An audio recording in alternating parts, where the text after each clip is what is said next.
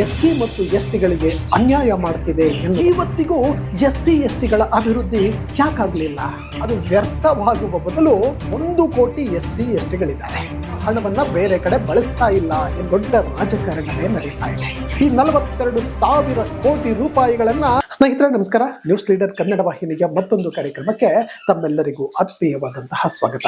ಗೆಳೆಯರ, SCP TSP ಹಣವನ್ನ ಅಂದ್ರೆ ಎಸ್ಸಿ ಮತ್ತು ಎಸ್ಟಿಗಳಿಗೆ ಮೀಸಲಿಟ್ಟಂತಹ ಹಣವನ್ನ ಸರ್ಕಾರ ಬೇರೆ ಬೇರೆ ಉದ್ದೇಶಗಳಿಗೆ ಬಳಸ್ಕೊತಾ ಇದೆ. ಅದರಲ್ಲೂ ವಿಶೇಷವಾಗಿ ಗ್ಯಾರಂಟಿ ಯೋಜನೆಗಳಿಗೆ ಈ ಎಸ್ಸಿ ಎಸ್ಟಿಗಳ ಹಣವನ್ನ ಬಳಸುವ ಮೂಲಕ ಸರ್ಕಾರ ಅಂದ್ರೆ ಸಿದ್ದರಾಮಯ್ಯನವರ ನೇತೃತ್ವದ ಸರ್ಕಾರ ಎಸ್ಸಿ ಮತ್ತು ಎಸ್ಟಿಗಳಿಗೆ ಅನ್ಯಾಯ ಮಾಡ್ತಿದೆ ಎನ್ನುವಂತಹ ಆರೋಪವನ್ನ ವಿರೋಧ ಪಕ್ಷಗಳು ಮಾಡ್ತಾ ಇದ್ದಾವೆ. ಆದ್ರೆ ಸಿದ್ದರಾಮಯ್ಯನವರು ಮಾತ್ರ ಇಲ್ಲ ಕಣ್ರಿ, ಈ ಗ್ಯಾರಂಟಿಗಳನ್ನ ಪಡೆಯುವುದರಲ್ಲಿ ಎಸ್ಸಿ ಎಸ್ಟಿಗಳಿಲ್ವೇ, ಈ ಎಸ್ಸಿ ಎಸ್ಟಿಗಳಿಗೆ ಇದೇ ಎಸ್ಸಿಪಿ ಟಿಎಸ್ಪಿ ಹಣವನ್ನ ತೆಗೆದು ಎಸ್ಸಿ ಎಸ್ಟಿಗಳಿಗೆ ಹಂಚ್ತಾ ಇದ್ದೀವಿ, ಆ ಹಣವನ್ನ ಬೇರೆ ಕಡೆ ಬಳಸ್ತಾ ಇಲ್ಲ ಎನ್ನುವಂತಹ ಮಾತುಗಳನ್ನ ಹೇಳ್ತಿದ್ದಾರೆ. ಈ ಎಲ್ಲ ವಿಚಾರಗಳನ್ನ ನಾವು ಗಮನಿಸಿದ್ರೆ ನಿಜಕ್ಕೂ ನಗು ಬರುತ್ತೆ. ಸ್ನೇಹಿತರೆ, ಈ ಸ್ವಾತಂತ್ರ್ಯ ಬಂದಾಗಿನಿಂದಲೂ ಎಸ್ಸಿ ಎಸ್ಟಿಗಳ ಅಭಿವೃದ್ಧಿಯ ಹೆಸರಿನಲ್ಲಿ ಸಾಕಷ್ಟು ದೊಡ್ಡ ರಾಜಕಾರಣವೇ ನಡೀತಾ ಇದೆ. ಸಾವಿರಾರು ಕೋಟಿಗಳೇನು ಲಕ್ಷಾಂತರ ಕೋಟಿಗಳನ್ನ ಎಸ್ಸಿ ಎಸ್ಟಿಗಳ ಅಭಿವೃದ್ಧಿಗಾಗಿ ಮೀಸಲಿಡುವಂತಹ ಸರ್ಕಾರಗಳು ಅವರ ಅಭ್ಯುದಯಕ್ಕಾಗಿ ಅಥವಾ ಅಭಿವೃದ್ಧಿಗಾಗಿ ಸಾಕಷ್ಟು ಯೋಜನೆಗಳನ್ನ ರೂಪಿಸಿಬಿಟ್ಟಿದ್ದೇವೆ ಎನ್ನುವಂತಹ ಅರ್ಥದಲ್ಲಿ ತಮ್ಮ ಬೆನ್ನನ್ನ ತಾವೇ ತಟ್ಟಿಕೊಳ್ಳುವುದನ್ನ ನೋಡಿದ್ದೇವೆ.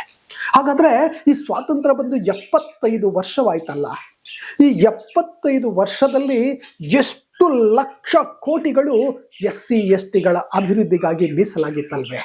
ಹಾಗಾದ್ರೆ ಇವತ್ತಿಗೂ ಎಸ್ಸಿ ಎಸ್ಟಿಗಳ ಅಭಿವೃದ್ಧಿ ಯಾಕಾಗ್ಲಿಲ್ಲ? ಈ ಪ್ರಶ್ನೆಗೆ ಉತ್ತರ ಕೊಡೋರ್ಯಾರು?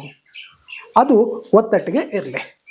ಇವತ್ತು ಸಿದ್ದರಾಮಯ್ಯನವರ ವಿಚಾರಕ್ಕೆ ಬರೋದಾದ್ರೆ, ಈಗ ಘೋಷಿಸಿರುವಂತಹ ಸರ್ಕಾರದ ಬಜೆಟಿನಲ್ಲಿ ಸುಮಾರು 42,000 ಕೋಟಿಗಳನ್ನ, ಇನ್ನೊಂದ್ಸಾರಿ ಹೇಳ್ತೇನೆ, 42,000 ಕೋಟಿಗಳನ್ನ ಎಸ್ಸಿಪಿ ಮತ್ತು ಟಿಎಸ್ಪಿಗೆ ಮೀಸಲಿರಿಸಲಾಗಿದೆ. ಸಿದ್ದರಾಮಯ್ಯನವರು ಮತ್ತು ಅವರ ಸರ್ಕಾರದ ಒಂದಷ್ಟು ಜನ ಹೇಳೋದೇನಪ್ಪಾ ಅಂತಂದ್ರೆ, ನೇರವಾಗಿ ನಗದನ್ನ ಜನರಿಗೆ ತಲುಪಿಸಿದ್ರೆ ಅದು ಅವರನ್ನ ಆರ್ಥಿಕವಾಗಿ ಮೇಲೆತ್ತುವಂತಹ ಅಥವಾ ಚೈತನ್ಯವನ್ನ ತುಂಬುವಂತಹ ಕೆಲಸಕ್ಕೆ ನಾಂದಿಯಾಗುತ್ತದೆ.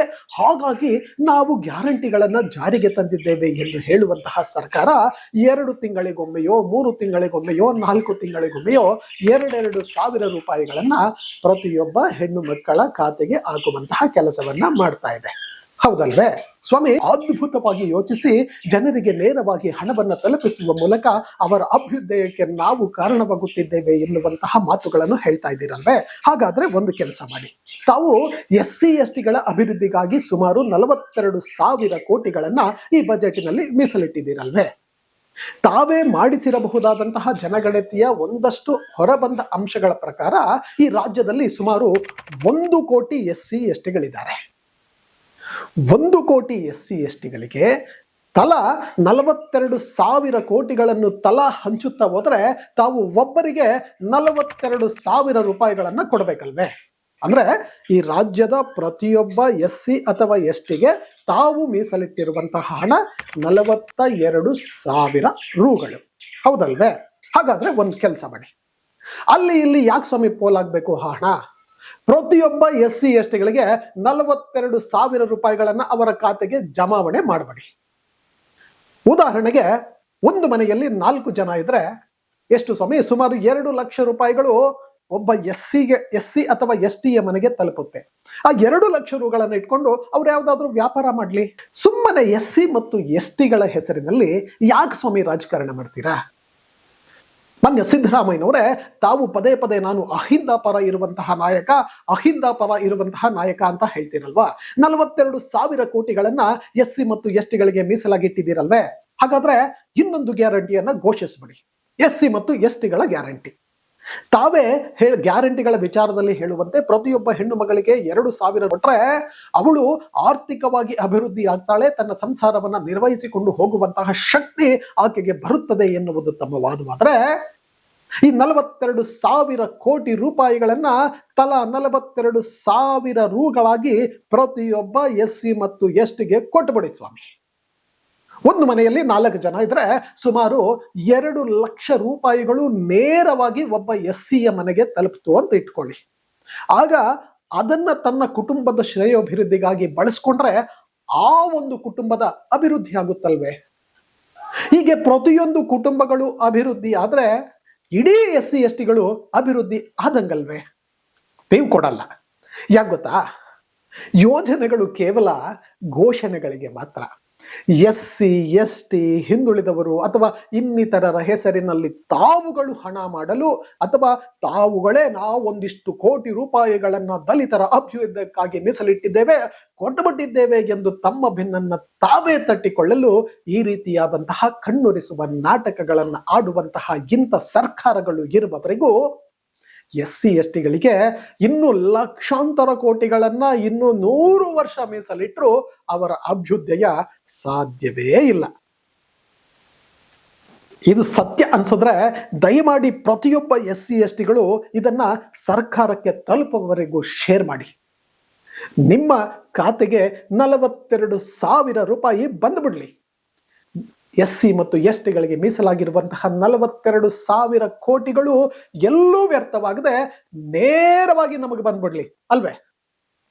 ಈಗ ಸರ್ಕಾರ ಹೇಳುತ್ತೆ ಗ್ಯಾರಂಟಿ ಪಡೆಯೋದ್ರಲ್ಲಿ SC/STಗಳಿದ್ದಾರೆ, ನಾವು ಇಲ್ಲಿಂದ ತೆಗೆದು ಅಲ್ಲಿ ಕೊಡ್ತೇವೆ ಅಂತ. ಸ್ವಾಮಿ, ತಾವೇನಾದ್ರೂ ಜಾತಿ ಪ್ರಮಾಣ ಪತ್ರವನ್ನ ಈ ವಿಚಾರದಲ್ಲಿ ಪಡ್ಕೊಂಡಿದ್ದೀರಾ? ಯಾರು SC, ಯಾರು ST, ಯಾರು ಬೇರೆ ಜಾತಿ ಹೇಗೆ ಗುರುತಿಸ್ತೀರಾ?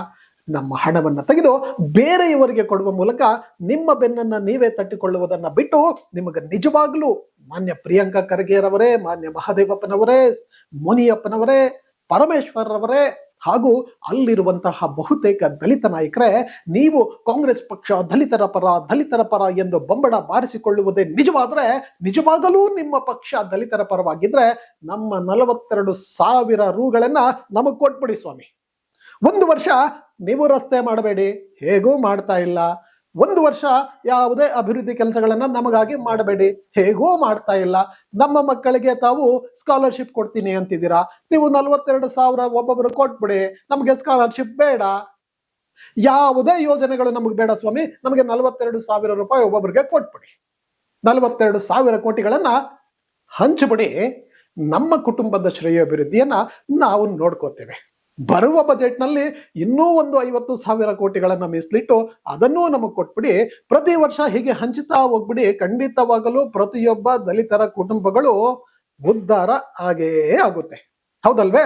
ಗ್ಯಾರಂಟಿಯನ್ನ ಬೆಂಬಲಿಸುವ ಪ್ರತಿಯೊಬ್ಬರೇ ಇದನ್ನೂ ಯೋಚಿಸಿ, ನಮಗೆ ಅಂದ್ರೆ ದಲಿತರಿಗೆ ದಲಿತ ಗ್ಯಾರಂಟಿ ಬೇಕಿದೆ, ನಮ್ಮ 42,000 ರೂಪಾಯಿ ನಮಗೆ ಬೇಕಿದೆ. ಯಾವಾಗ ಬರುತ್ತೆ ಅಕೌಂಟ್ಗೆ? ಸರ್ಕಾರಕ್ಕೆ ಮುಟ್ಲಿ, ಅವ್ರು ಉತ್ತರ ಕೊಡ್ಲಿ. ನಮಸ್ಕಾರ.